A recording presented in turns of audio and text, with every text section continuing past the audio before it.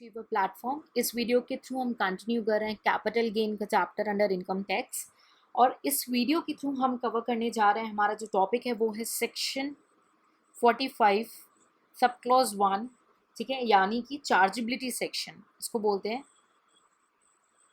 Chargeability, ठीक है, of capital gain. ठीक है, चार्जेबिलिटी सेक्शन है सेक्शन 45 सब क्लॉज 1। ठीक है, सबसे पहले कौन सी इनकम पे टैक्स लगता है? ऑब्वियसली वो जो कैपिटल एसेट है, उस कैपिटल एसेट से प्रॉफिट हो रहा हो या किसी प्रकार का गेन हो रहा हो, उस पर टैक्स लगता है। व्हेन टैक्स, कब लगेगा टैक्स? ठीक है, कौन सी ईयर में टैक्सेबिलिटी होगी?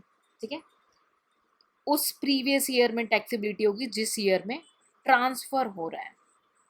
जिस ईयर में ट्रांसफ़र, आई होप आपने ट्रांसफ़र का लेक्चर देख लिया है, तो जिस ईयर में ट्रांसफ़र हो रहा है उस प्रीवियस ईयर में आपकी टैक्सेबिलिटी अराइज होगी। ठीक है, ठीक है। उसके बाद एक आपको एक्सेप्शंस हैं कि ये ट्रांसफ़र ईयर में टैक्सेबिलिटी नहीं होगी, बट किसी और अदर ईयर्स में टैक्सेबिलिटी होगी। ठीक है, क्योंकि जनरली क्या होता है, कैपिटल गेन पे जो टैक्सेबिलिटी अराइज होती है वो उस प्रीवियस में होती है जिस ईयर में एसेट आपका ट्रांसफ़र हो रहा है। ठीक है, बट कुछ एक्सेप्शंस मैं आपको बताने जा रही हूँ। इस एक्सेप्शन के अकॉर्डिंग ट्रांसफ़र नहीं भी हो रहा होगा तब भी उसे ट्रांसफ़र माना जाएगा।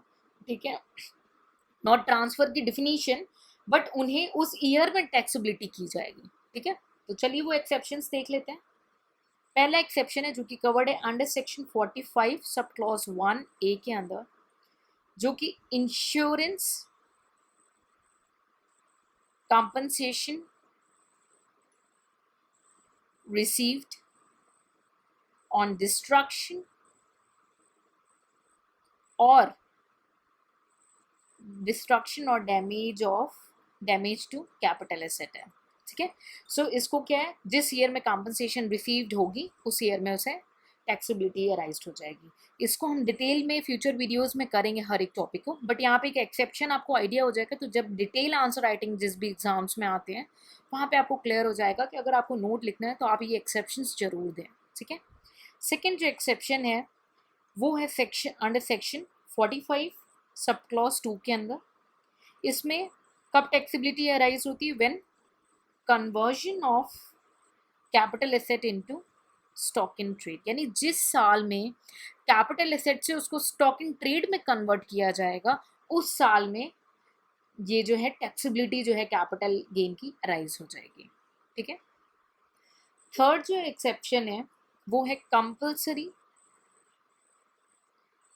Acquisition of any capital asset. किसी भी कैपिटल एसेट का एक्विजिशन हो रहा है, कंपल्सरी एक्विजिशन, तो जिस ईयर में कैपिटल कंपल्सरी एक्विजिशन हो रहा है उस ईयर में टैक्सेबिलिटी, उस प्रीवियस ईयर में टैक्सेबिलिटी जो है अराइज हो जाएगी।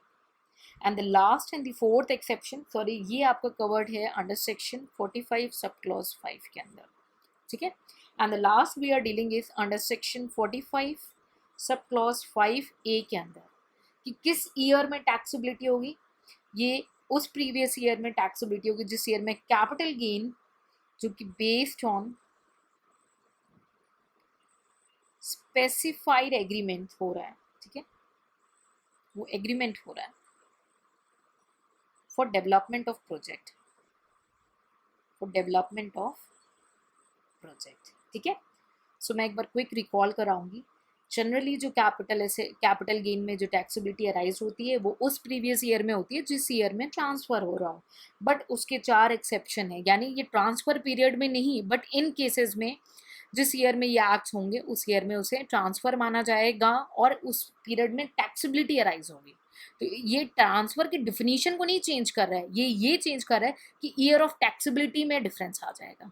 पहला क्लॉज है आपका सेक्शन 45 1A के अंदर, दूसरा है सेक्शन 45 सब क्लॉज 2, तीसरा है आपका 45 सब क्लॉज 5 एंड लास्ट है आपका सेक्शन 45 सब क्लॉज 5A के अंदर।